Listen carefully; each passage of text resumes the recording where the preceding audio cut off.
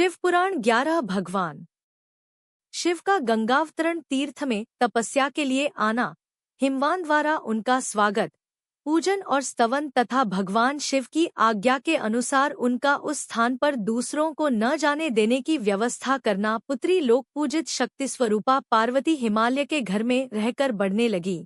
जब उनकी अवस्था 8 वर्ष की हो गई, तब सती के विरह से कातर हुए शंभु को उनके जन्म का समाचार मिला।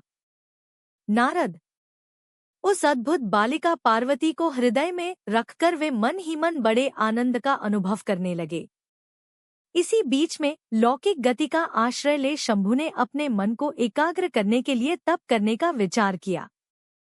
नंदी आदि कुछ शांत पार्षदों को साथ ले वे हिमालय के उत्तम शिखर पर गंगावतार नामक तीर्थ में चले आए, जहाँ पूर्वकाल में ब्रह्मधाम से च्युत होकर समस्त पापराशि का विनाश करने के लिए चली हुई परम पावनी गंगा पहले पहल भूतल पर अवतीर्ण हुई थी।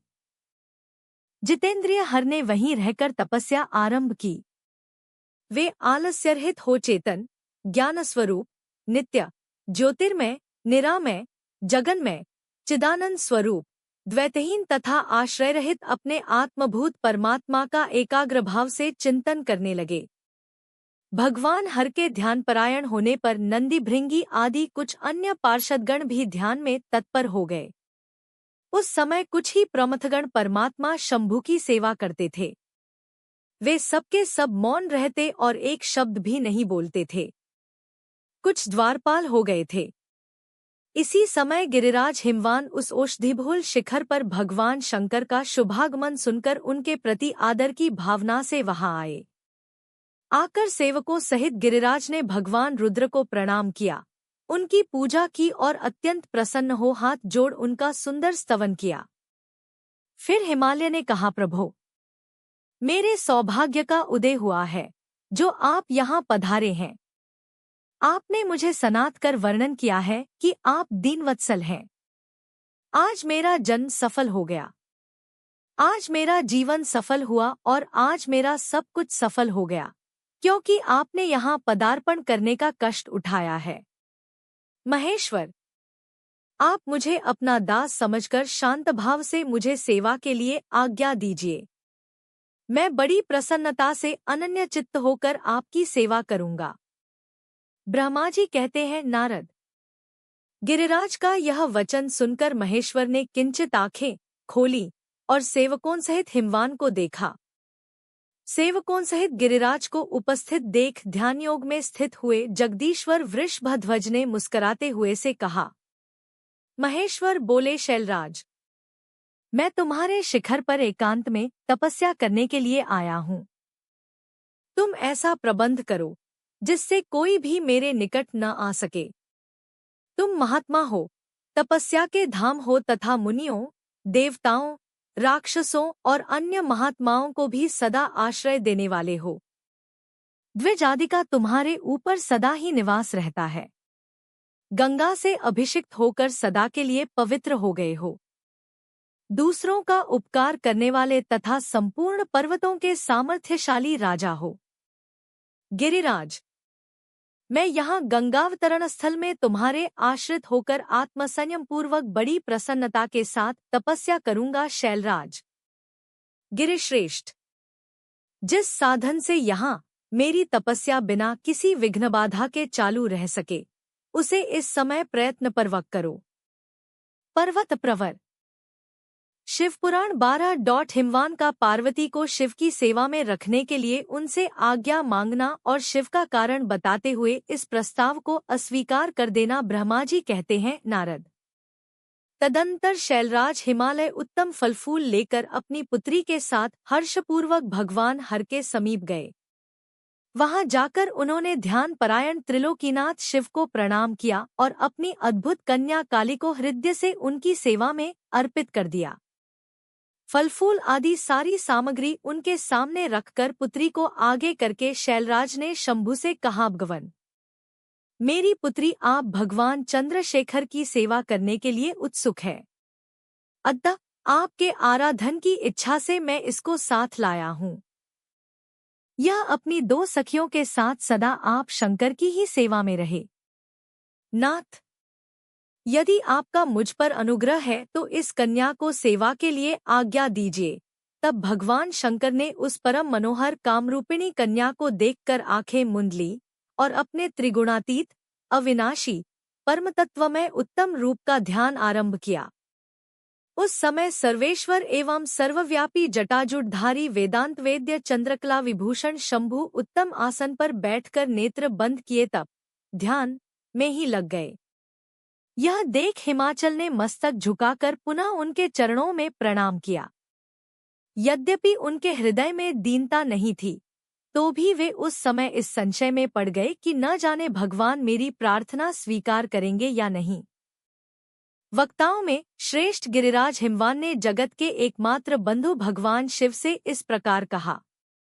हिमालय बोले, देव देव, महादेव, करुणाकर, शंकर, विभो, मैं आपकी शरण में आया हूँ। आंखें खोलकर मेरी ओर देखिए। शिव, शर्व, महेशान, जगत को आनंद प्रदान करने वाले प्रभो, महादेव, आप संपूर्ण आपत्तियों का निवारण करने वाले हैं। मैं आपको प्रणाम करता हूँ। स्वामिन, प्रभो, मैं अपनी इस पुत्री के साथ प्रतिदिन आपका दर्शन करने के लिए आऊंगा। इसके लिए आदेश दीजिए। उनकी यह बात सुनकर देवदेव महेश्वर ने आंखें खोलकर ध्यान छोड़ दिया और कुछ सोच विचार कर कहा। महेश्वर बोले, गिरिराज, तुम अपनी इस कुमारी कन्या को घर में रखकर ही नित्य मेरे दर्शन को आ सकते हो, अन्यथा मेरा दर्शन नहीं हो सकता। महेश्वर की ऐसी बात सुनकर शिवा के पिता हिमवान मस्तक झुकाकर उन भगवान शिव से बोले, प्रभो, यह तो बताइए किस कारण से मैं इस कन्या के साथ आपके दर्शन के लिए नहीं आ सकता? क्या यह आपकी सेवा के योग्य नहीं है? फिर इसे नहीं लाने का क्या कारण है, यह मेरी समझ में नहीं आता। यह सुनकर भगवान वृषभध्वज शरंभु हंसने लगे और विशेषतः दुष्ट योगियों को लोकाचार का दर्शन कराते हुए वे हिमालय से बोले, शैलराज, यह कुमारी सुंदर कटिप्रदेश से सुशोभित, तनवंगी, चंद्रमुखी और शुभ लक्षणों से संपन्न है, इसलिए इसे मेरे समीप तुम्हें नहीं लाना चाहिए। इसके लिए मैं तुम्हें बारंबार रोकता हूँ। वेद के पारंगत विद्वानों ने नारी को मायारूपिणी कहा है। विशेषत युवती स्त्री तो तपस्वीजनों के तप में विघ्न डालने वाली ही होती है। गिरिश्रेष्ठ, मैं तपस्वी, योगी और सदा माया से निर्लिप्त रहने वाला हूँ। मुझे युवती स्त्री से क्या प्रयोजन है, तपस्वियों के श्रेष्ठ आश्रय हिमालय। इसलिए फिर तुम्हें ऐसी बात नहीं कहनी चाहिए, क्योंकि तुम वेदोक्त धर्म में प्रवीण, ज्ञानियों में श्रेष्ठ और विद्वान हो। अचल राज, स्त्री के संग से मन में शीघ्र ही विषवासना उत्पन्न हो जाती है। उससे वैराग्य नष्ट होता है और वैराग्य न होने से पुरुष उत्तम तपस्या से भ्रष्ट हो जाता है। इसलिए शैल, तपस्वी को स्त्रियों का संग नहीं करना चाहिए, क्योंकि स्त्री महाविषवासना की जड़ एवं ज्ञान वैराग्य का विनाश करने वाली होती है। ब्रह्मा जी कहते हैं, नारद, इस तरह की बहुत सी बातें कहकर महायोगी शिरोमणि भगवान महेश्वर चुप हो गए। देवर्षि शंभु का यह निरामय, स्पृह और निष्ठुर वचन सुनकर काली के पिता हिमवान चकित, कुछ व्याकुल और चुप हो गए। तपस्वी शिव की कही हुई बात सुनकर और गिरिराज हिमवान को चकित हुआ जानकर भवानी पार्वती उस समय भगवान शिव को प्रणाम करके विशद वचन बोली। अध्याय 13 संक्षिप्त शिवपुराण पार्वती और शिव का दार्शनिक संवाद। शिव का पार्वती को अपनी सेवा के लिए आज्ञा देना तथा पार्वती द्वारा भगवान की प्रतिदिन सेवा। भवानी ने कहा, योगिन, आपने तपस्वी होकर गिरिराज से यह क्या बात कह डाली? प्रभो, आप ज्ञान विशारद हैं, तो भी अपनी बात का उत्तर मुझसे सुनिए। शंभो, आप तप शक्ति से संपन्न होकर ही बड़ा भारी तप करते हैं।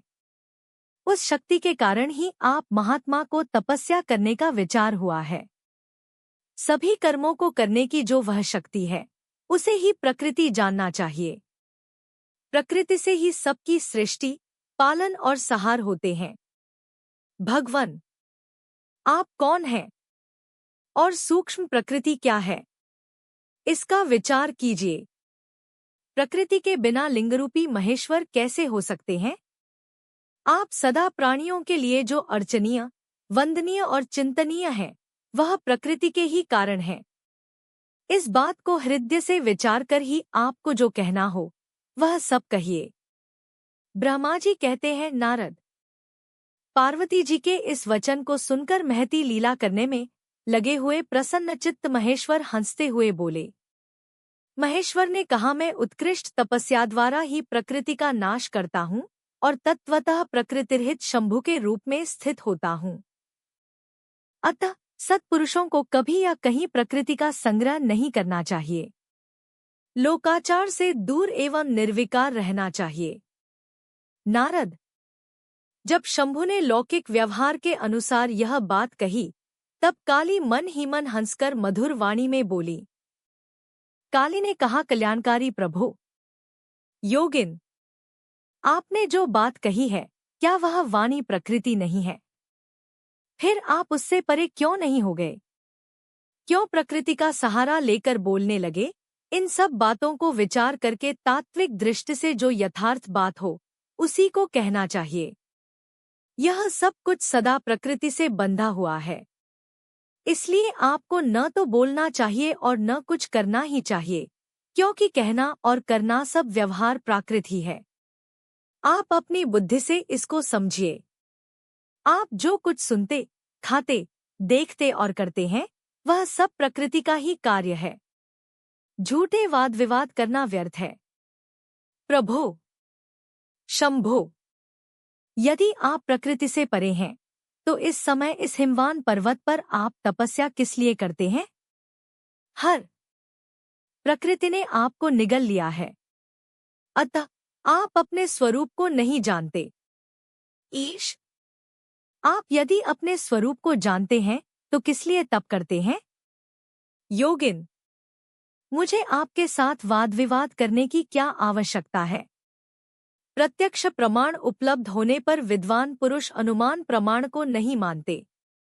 जो कुछ प्राणियों की इंद्रियों का विषय होता है, वह सब ज्ञानी पुरुषों को बुद्धि से विचार कर प्राकृत ही मानना चाहिए।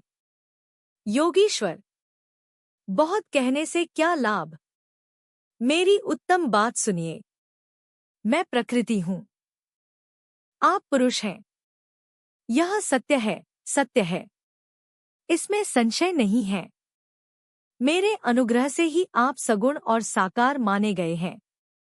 मेरे बिना तो आप निरीह हैं, कुछ भी नहीं कर सकते हैं। आप जितेंद्रिय होने पर भी प्रकृति के अधीन हो सदा नाना प्रकार के कर्म करते रहते हैं। फिर निर्विकार कैसे हैं और मुझसे लिप्त कैसे नहीं? शंकर, यदि आप प्रकृति से परे हैं और यदि आपका यह कथन सत्य है, तो आपको मेरे समीप रहने पर भी डरना नहीं चाहिए। ब्रह्मा जी कहते हैं, पार्वती का यह सांख्य शास्त्र के अनुसार कहा हुआ वचन सुनकर भगवान शिव वेदांतमत में स्थित हो उनसे यो बोले। श्री शिव ने कहा, सुंदर भाषण करने वाली गिरिजे, यदि तुम सांख्यमत को धारण करके ऐसी बात कहती हो तो प्रतिदिन मेरी सेवा करो, परंतु वह सेवा शास्त्र निषिद्ध नहीं होनी चाहिए। गिरिजा से ऐसा कहकर भक्तों पर अनुग्रह और उनका मनोरंजन कर। अध्याय 13 संक्षिप्त शिवपुराण पार्वती और शिव का दार्शनिक संवाद।